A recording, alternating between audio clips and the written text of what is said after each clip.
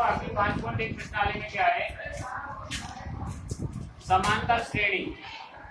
देखो श्रेणी हमारे पास दो होती है, एक गुणोत्तर श्रेणी होती है और एक होती है समांतर श्रेणी, जो संख्या गुणा करने पर प्राप्त होती है। जैसे 2 दूनी 4 दूनी 8 दूनी 16 डॉट डॉट डॉट। ये प्रत्येक बार 2 का गुणा करने से प्राप्त हो रही है। तो 2 का गुणा 2 से किया तो 4, 4 का गुणा 2 से किया तो 8, 8 का गुणा 2 से किया तो 16। ये है हमारी गुणोत्तर श्रेणी।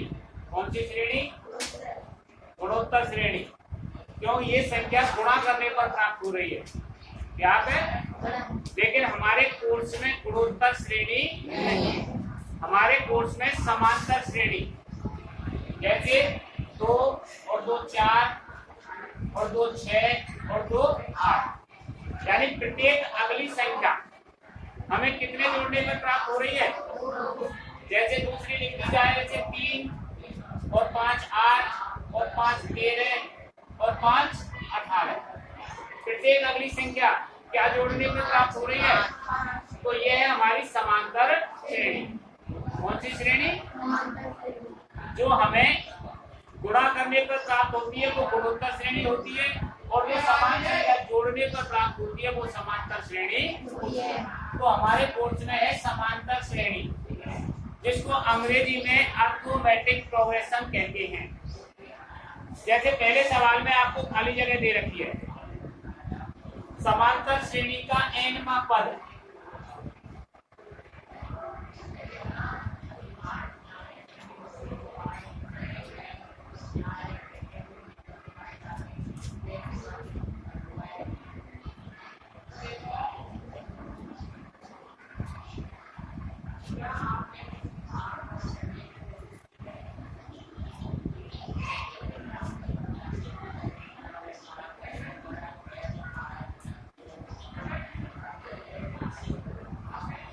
समांतर श्रेणी का nवां पद ज्ञात करने का सूत्र क्या होता है? an बराबर a प्लस n-1 इंटू। अब इसमें an क्या होता है? an बराबर होता है अंतिम पद। इसको हम l से भी प्रदर्शित कर देते हैं। क्या कहते हैं? एल भी कहते हैं इसको।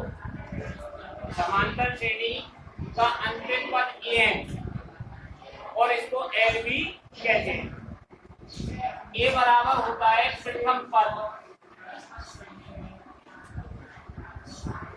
श्रेणी के प्रारंभ का जो पद होता है उसको ए से प्रदर्शित करते हैं और उसको प्रथम पद भी कहते हैं। इसके बाद एन बराबर होता है अंतिम पद। अंतिम पद है, अंतिम पद नहीं होता। अंतिम पद कौन सा होता है? ए। और ये क्या होता है? पदों की संख्या।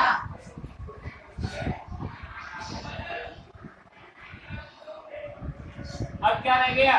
टी। इसको कहते हैं सार्व अंतर। अब सार्वंतर कैसे प्राप्त किया जाता है? दूसरे पद में से पहला पद घटा करके। जैसे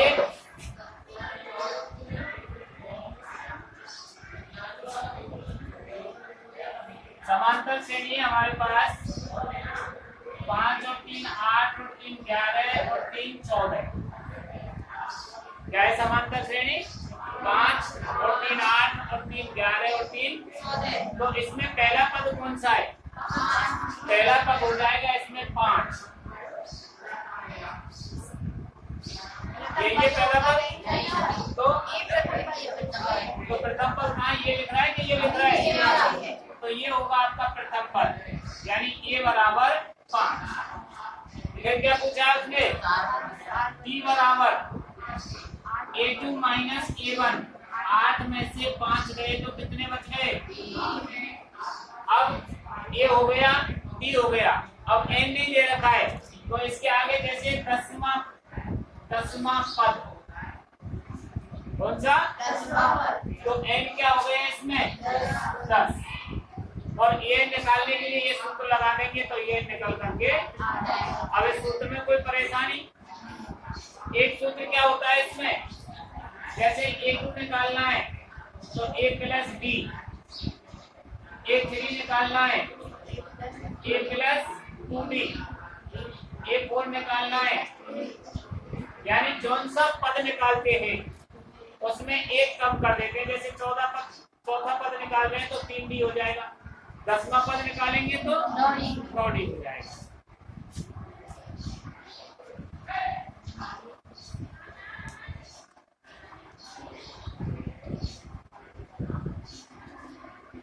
अब देखो पहले सवाल में आपको एक सारणी दे रखी है। क्या दे रखी है? सारणी।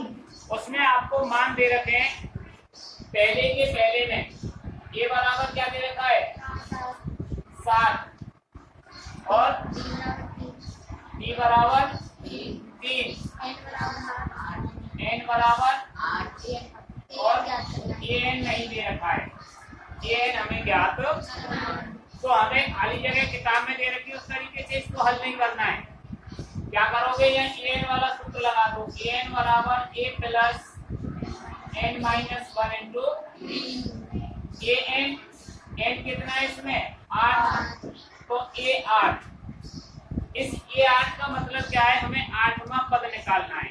कौन सा पद निकालना है?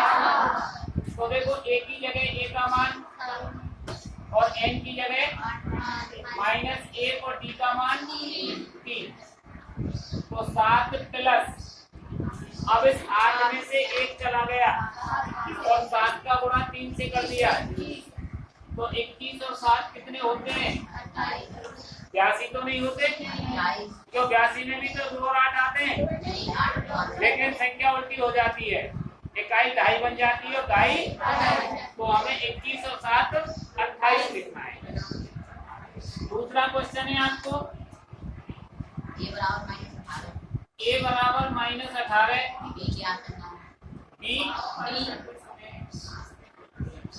B ज्ञात करना है हमें। इस सूत्र में दे रखा है N बराबर 10, AN बराबर 0। अब पहला पद दे रखा है, सार अंतर नहीं दे रखा है और पदों की संख्या दे रखी है और अंतिम पद दे रखा है, तो अंतिम पद वाला ही सूत्र लगाएंगे। AN बराबर A plus N minus 1 into, हर सवाल में सूत्र जरूर लगाना है।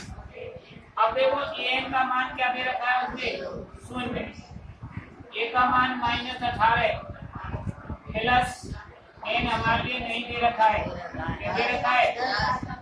10 माइनस और D ज्ञात कर।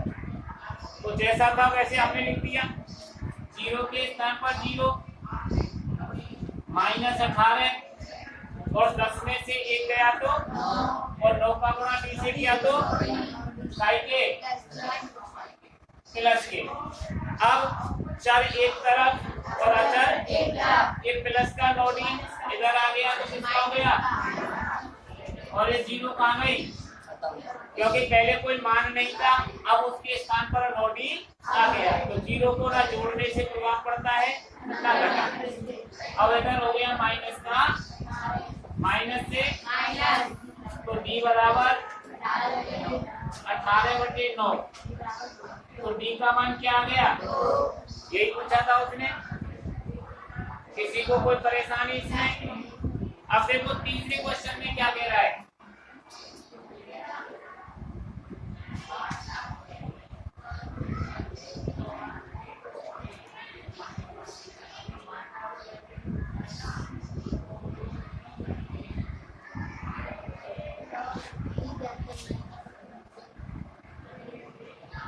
क्या दे रखा है? ये तो हमें ज्ञात करना है B -3 N 18 माइनस, तो वही सूत्र लगा दिया हमने। ये N का मान कितना दे रखा है? A का मान दे लिखा है तो हमने A लिख दिया। N हमारे पास कितना है? -1, अब B का मान माइनस, अब देखो मैंने -3 लिखा है, इस तरीके से अगर आप इसको लिखोगे तो गलत है, क्योंकि अगर ऋणात्मक मान होता है डी का तो उसको कोष्टक में लिखेंगे, क्योंकि पहले लिखने का मतलब था कि जो संख्या आएगी उसमें से 3 घटाना है। अब क्या है, जो संख्या आएगी उसमें 3 का गुणा, तो ये हो गया आपका -5 बराबर a प्लस 18 में से 1 गया तो 17 और प्लस के 17 का गुणा माइनस के 3 से किया माइनस के 51। अब इस a को इधर ले आए तो -1 -51। अब ये माइनस का 5 इधर चला गया पंचांतरण से तो प्लस का, तो माइनस a बराबर, अब 51 में से 5 चलेंगे तो माइनस के 40, माइनस से माइनस कट गया a बराबर 40। बताओ कोई परेशानी हो तो। अब इसका जो चौथा सवाल है उसमें क्या कह रहा है आपसे, ये कितना दे रखा है 3.5, कोई 18.5 बोल लो, कोई 3.5 बोल लो, है का है -18.9, a बराबर -18.9, b बराबर 2.9, n हमें दे नहीं रखा है, नींद आ रही तुम्हारी पूरी क्लास को, वो तो मैंने जो बना रखा है, तुम तो संख्या बोलो, an 3.6, मैंने जो बना रखा है उसको छोड़ो, तुम जो इसमें किताब में दे रखा है वो बताओ। देखो प्रथम पद दे रखा है और सार्वंतर दे रखा है और n नहीं दे रखा है, इसके बाद an दे रखा है आपको 3.6। अब सूत्र लगा दिया हमने, देखो an बराबर a plus n minus 1 into an के स्थान पर हमने क्या लिख दिया 3.6,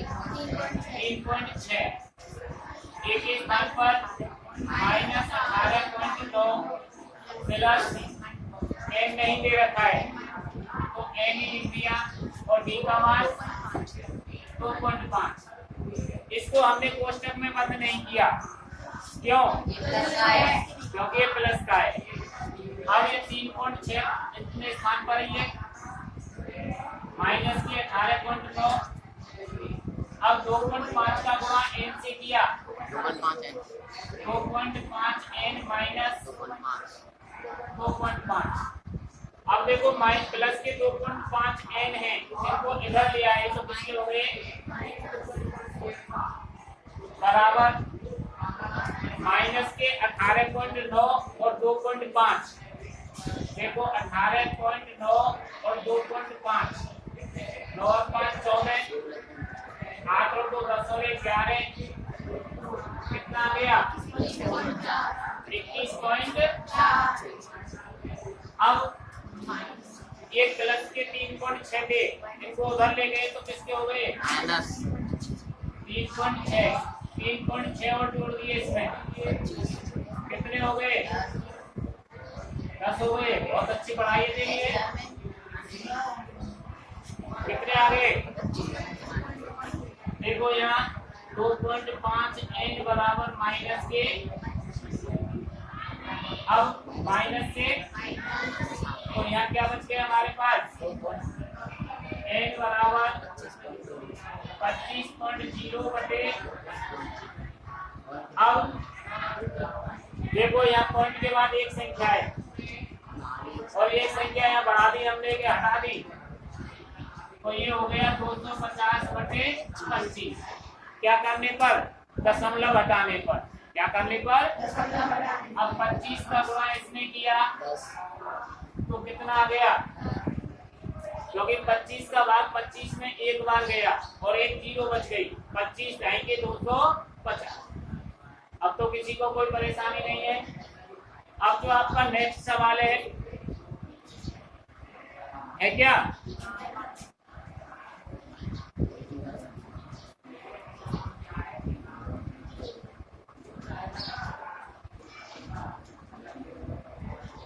बोलो क्या है उसमें, ए बराबर 3.5, ए बराबर 3.5, बी बराबर 0, टी बराबर 0, एन बराबर 105 एन बराबर 105 और एन ज्ञात और एन हमें ज्ञात करना है। तो सूत्र मैंने एक ही बताया था, एक ही लिखना है। देखो एन बराबर A plus N minus 1 into D. N कितना है हमारे पास नहीं दे रखा है, लेकिन एन दे रखा है। तो ये 105, क्योंकि जहाँ जितना एन दे रखा है एन के स्थान पर वही लिखेंगे। ए के स्थान पर हमने 3.5 एन 105 माइनस और डी का मान कितना है, तो यहाँ 0 लिख दिया। तो ये 105 बराबर 3.5। अब 104 का गुणा 0 से किया तो 0, तो यहाँ प्लस 0 करें तो कोई फायदा नहीं है, क्योंकि 0 को जोड़ने से और 0 को घटाने से कोई परिवर्तन। अगर 0 का किसी संख्या में भाग दें तो परिवर्तन हो जाएगा। अगर किसी संख्या में 0 का भाग देते हैं तो ऐसी संख्या प्राप्त होती है जिसकी हम गणना नहीं कर सकते, जिसको अपरिभाषित कहते हैं। क्या कहते हैं? और अगर किसी संख्या में 0 का गुणा किया जाए तो 0 कर देता है वो सबको। क्या कर देता है? 0। तो यहाँ प्लस 0 करने से कोई फायदा नहीं है। तो ये 105 का मान कितना आ जाएगा? 3. अब तो कोई परेशानी नहीं है इसमें। अब नेक्स्ट जो क्वेश्चन है आपका, क्वेश्चन नंबर 2, उसमें ऑप्शन दे रखे हैं आपको, 4 ऑप्शन दे रखे हैं। तो हमें ऑप्शन निकालने के लिए प्रश्न को पूरा हल करना है। कह रहा है निम्न में से सही उत्तर चुनिए और उसका औचित्य दीजिए। एपी दे रखी है आपको क्या? 10 7 4 है 30वां पक्का 30वां पर। तो देखो सबसे पहले उस सूत्र के लिए हमें इसमें से संख्या छांटनी है। तो पहला पद जिसको ए कहते हैं कितना आएगा? कितना आएगा? ए का मान 10 और डी का मान पता कितना आएगा? डी का मान यानी दूसरे पद में से पहला पद घटा देंगे तो 7 माइनस 10 माइनस के, क्योंकि माइनस की संख्या बड़ी है, प्लस की संख्या इसमें से घटा देंगे। अब इसके बाद पदों की संख्या, इसको एन कहते हैं, कितनी आएगी? है एन कहते हैं कि पदों की संख्या को, क्योंकि अंतिम पद को कहते हैं एन। तो केवल क्या आएगा? ये एन। क्या आएगा? एन। अब हमें ये एन निकालना है। क्या निकालना है? तो एन बराबर A plus N minus 1 into, अब ए 30, एन के स्थान पर कितना लिखेंगे? 30। क्यों लिखेंगे 30? 30 क्यों लिखेंगे? हाँ भाई, हमने यहाँ एन के स्थान पर 30 क्यों लिखा है? क्योंकि यहाँ एन पद दे रखे हैं उसमें 30, इसलिए 30 लिखेंगे। अब ए बराबर 10, एन के स्थान पर 30 माइनस 1 और डी के स्थान पर माइनस 10। अब 30 में से 1 गया और 29 का गुणा -3 से किया तो बताओ कितना आएगा? कितना आएगा? 29 दूना 58 और 29 दिया 87। तो 87 में से अब ये प्लस के 10 घट जाएंगे तो माइनस के